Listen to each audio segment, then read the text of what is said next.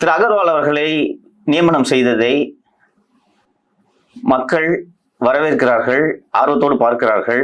யார் இவரு அப்படின்ட்டுலாம் ஆர்வத்தோடு விசாரிக்கிறாங்க. இதோட நின்று விட்டது. ஆனால் திரு அருண் அவர்களது நியமனத்திற்கு எப்படிப்பட்ட எதிர்வினைகள் வந்தன? சொந்த கட்சிக்காரர்களிடமிருந்தே வந்தது. இது அவசியமா என்பதை யோசிக்க வேண்டாமா? நீதிமன்றம் கடுமையான கண்டனங்களை தெரிவித்திருக்கிறது. எனக்கு இப்படி ஒரு ஐபிஎஸ் ஆபீசர் மீது இந்தியாவில் எந்த மாநிலத்திலும் சரி இவ்வளவு கடுமையான கண்டனங்களை நீதிமன்றம் பிறப்பித்திருப்பதை நான் சமீப கால வரலாற்றில் முதல் முறையாக பார்க்கிறேன்.